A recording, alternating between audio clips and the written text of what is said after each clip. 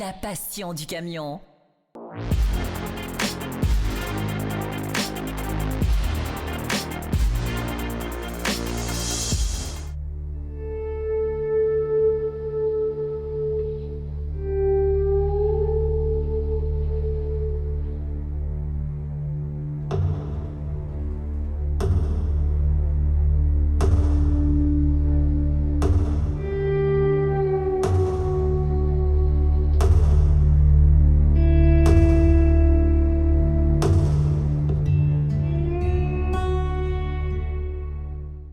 Eh bien, nous voici de retour. Les réseaux sociaux, vous connaissez, pour un essai terrain, un essai en entreprise. Vous savez que nous avons plusieurs types d'essais à France Route. Il y a le circuit Rhône-Alpes, le traditionnel, et après on va parfois en entreprise. Ce sera le cas aujourd'hui avec notre Fabien, Fabien Gras. Il va me donner les ficelles de son métier. Vous voyez le camion derrière moi, un nouveau S-Way en version 6.2. Nous sommes le 1er avril et c'est pas un poisson d'avril aujourd'hui pour cet essai. Il y a la neige qui s'invite.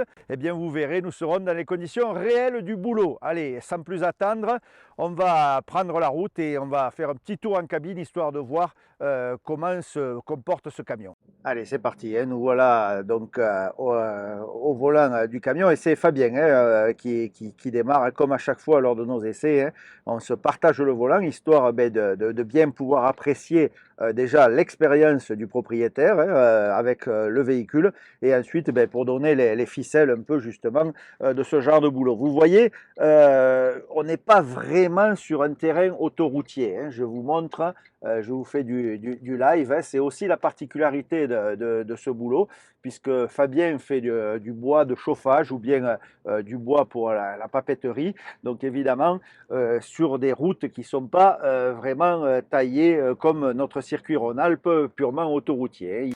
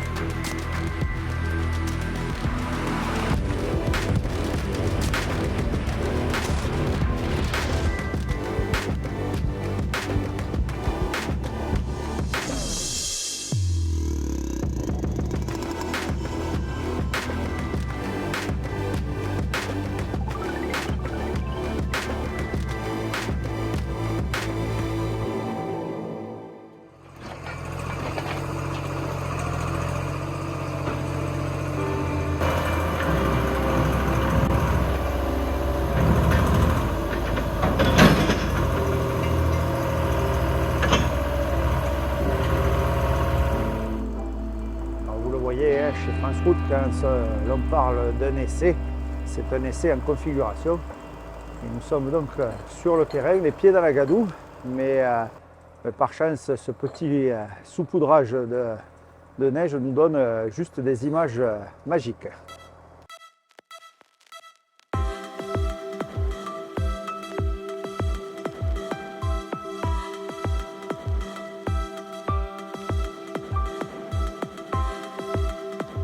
Particularité de cette remorque, la grue qui est sur chariot mobile, eh bien, ça permet de se repositionner afin d'optimiser évidemment le chargement. Et à la fin, on peut positionner la grue sur l'arrière de la remorque et voir la décharger, la déposer de façon à rouler au poids. Donc une particularité bien pratique par rapport aux grues fixes que l'on est obligé d'embarquer et de trimballer tout le temps, ce qui rajoute évidemment 3-4 tonnes sur la charge totale du camion. Et au guidon de la grue. Alors ici c'est une commande en croix, alors il y a plusieurs types de commandes sur les grues. Quand on découvre à chaque fois chaque spécificité pour les matériels que l'on essaye.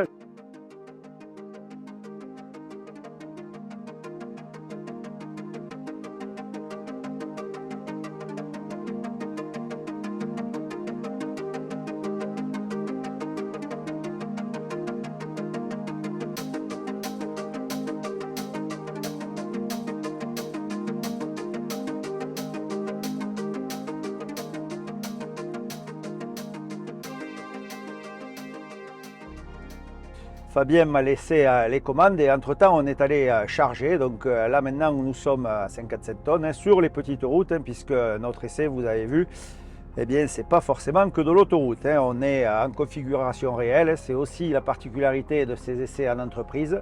Donc on est au cœur de l'action. Voilà. Alors cet Iveco, hein, parlons-en, 570 chevaux, hein, 6.2, hein, homologué à 60 tonnes, hein, c'est la particularité pour le transport de bois. Les 570 chevaux, ils sont présents, hein, moteur Cursor 13, ça respire. Hein. À mon avis, un des meilleurs moteurs sur le marché.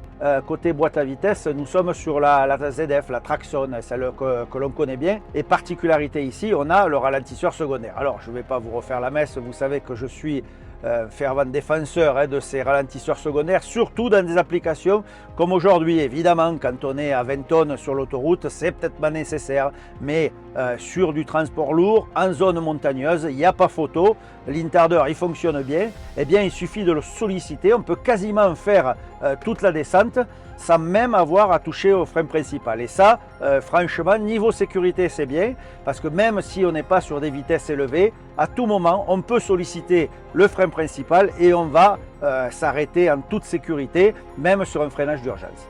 Mais parlons consommation de ces nouveaux Iveco. Bien là, c'est nettement en baisse, hein. Fabien a pu le constater par rapport à l'ancienne génération. S'il fait exclusivement du bois, on serait dans les 45-46 litres au 100 km, ce qui peut paraître énorme, hein, lorsque l'on compare ça à nos chiffres du parcours Rhône-Alpes. Mais croyez-moi, c'est tout à fait correct pour ce type d'application. Chose frappante, hein, qui n'était pas le cas quand même sur tous les Iveco, on n'a plus les clics-clics et tous les petits bruits que l'on peut avoir sur ce camion, hein. Ici, on a déjà quand même 50 000 km au compteur, donc c'est un camion qui a commencé à travailler dans des conditions difficiles et on voit qu'à ce niveau-là, eh bien là aussi, nous sommes un cran au-dessus. Alors on nous pose souvent la question sur la traction, en tout cas le pouvoir de motricité de ces véhicules un peu destinés à partir hors chemin, hein, enfin, disons hors route, hein, sur du chemin, voire de la piste. Eh bien le 6.2, c'est pas son point fort, hein, on va être honnête, hein, mais le 6.2 en général, quelle que soit la marque, c'est vrai qu'on a un peu tendance à patiner sur une peau de banane. Eh bien vous avez vu aujourd'hui les conditions météo, mais en tout cas on avait un peu de neige et autant vous dire que les pistes étaient plutôt boueuses. Il y a quand même une petite astuce, cet Iveco en est équipé, c'est qu'on peut délester, hein, temporairement on peut lever l'essieu, hein, du 6.2 et donc on vient mettre tout le poids sur l'essieu moteur. Ça peut parfois vous sauver la mise. Évidemment le gain de consommation il vient sur la gestion du moteur, c'est très clair. Il laisse beaucoup de roue libre, hein, on a beaucoup on profite de l'inertie du camion, donc bien pendant ce temps-là, ça ne consomme pas. On voit que ça reprend très bas, beaucoup plus bas que l'ancienne version, et Fabien me le faisait remarquer. Ça crie beaucoup moins. Le couple, on voit, il reste dans sa plage 1300, 1400, 1500, mais il est bien là, il est dans sa zone verte et on voit que ça fonctionne bien. Et justement, en parlant de couple, là j'y suis. Je suis au cœur de l'action, j'ai une grosse côte, je le rappelle, on est à 57 tonnes, on n'est pas sur des voies très rapides. Eh bien, le camion, il est au régime, on le voit, et même si besoin, je fais un petit kick-down, hein, c'est-à-dire je viens appuyer à fond sur l'accélérateur et là je reprends de la puissance.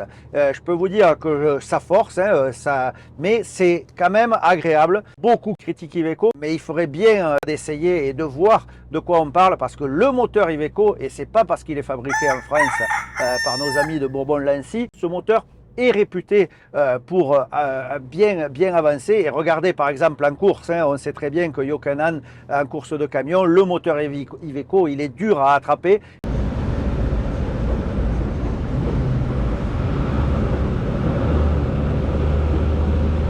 Je voudrais insister sur un point où je suis agréablement surpris, c'est la direction de ce camion. Alors je rappelle, on est en suspension pneumatique intégrale, mais alors niveau direction, il est d'une souplesse et d'une précision.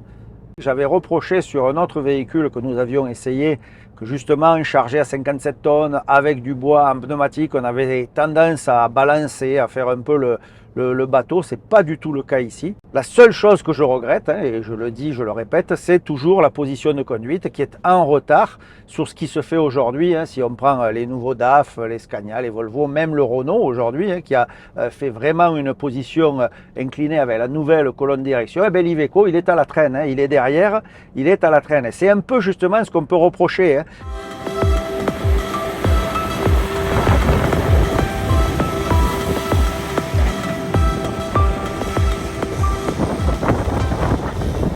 Alors, nous passons à la séquence intérieure. Alors déjà, regardez, petit détail, quand on ferme la porte, ça ne fait plus le même bruit. Iveco a changé l'isolation de sa cabine et ça se ressent d'une part sur le chauffage, mais aussi sur la clim l'été. Et ça, cette insonorisation, au premier abord, dès qu'on roule, on le sent bien. Le camion est beaucoup plus silencieux. Ce qu'on pouvait reprocher avant, notamment sur les commandes, les commodos, les boutons, ça a disparu. On est quand même sur de la qualité bien meilleure. La position de conduite, elle, j'en parlerai tout à l'heure, c'est pas quand même encore ça. Pas mal d'améliorations, notamment les rideaux. Pour ceux qui ont déjà dormi dans un Iveco, auparavant, on avait toujours la lumière. Et on est revenu sur des pare-soleil classiques et sur des vrais rideaux qui sont opaques. Idem pour la couchette, on est quand même bien. Alors, dimension similaire à ce qu'on connaissait. Pas mal de rangements intérieurs, notamment les deux frigos. Les coffres au-dessus du pare-brise, ils sont d'un bon volume. On peut vraiment ranger ses affaires. Bémol tout de même sur les coffres latéraux. Là, on est quand même bien en dessous de ce qui se fait maintenant sur le marché. On a fait quand même beaucoup de progrès chez Iveco dans les finitions. On voit bien, il y a un petit peu d'aluminium brossé. Enfin, il y a quand même un peu de style. L'ensemble est assez ergonomique. On peut regretter le frein encore à l'ancienne ou bien la commande des vitesses. C'est un peu grossier. Le camion est somme toute assez classique, mais on ne peut pas lui reprocher grand-chose. Un petit détail, regardez mon siège pivotant côté passager. C'est vrai que pour la coupure le soir, ça peut être sympa, surtout si on peut placer une télévision là-haut, ou bien carrément direction la couchette avec un dossier inclinable. Ça aussi, petit détail, mais au quotidien, sur les temps de coupure, ça peut être assez sympa. Nous voilà à la conclusion de cet essai. Je remercierai jamais assez Fabien parce que vraiment on a eu la chance de tester ce camion dans des conditions réelles. Vous verrez les images. Alors côté météo, on a à peu près tout eu. On a démarré avec pas mal de neige ce matin. Je dois l'avouer, nous étions même un peu inquiets, c'est passé dans du beau. Là, on a des giboulées de mars, mais on est en avril. Vous verrez les images en mai, ne cherchez pas à comprendre. Mais en tout cas, on a un peu tout eu. On s'en est plutôt bien sorti. Vous allez voir, c'est intéressant. Et on n'a pas l'habitude de voir un Iveco sur ce secteur-là. C'est vrai que c'est un peu un terrain réservé pour les Scandinaves. Eh bien, l'Iveco nous démontre qu'il est capable de faire le job. Vous retrouverez évidemment tous les détails dans le magazine. Petit clin d'œil également à l'équipe Kayla, parce que vous savez, on a coutume de dire qu'un camion, c'est aussi, on achète un concessionnaire et le service qui va avec. Et bien, je peux vous dire que de ce côté-là, chez Kayla, il y a exactement ce qu'il faut. Ils ont été d'une grande aide pour le tournage de nos images. Donc, petit clin d'œil à eux. Et quant à nous, on se retrouve bientôt sur les réseaux sociaux. Et n'oubliez pas, le magazine en kiosque avec tous les détails, les fiches techniques et de belles images de ce Iveco S-Way. À très vite.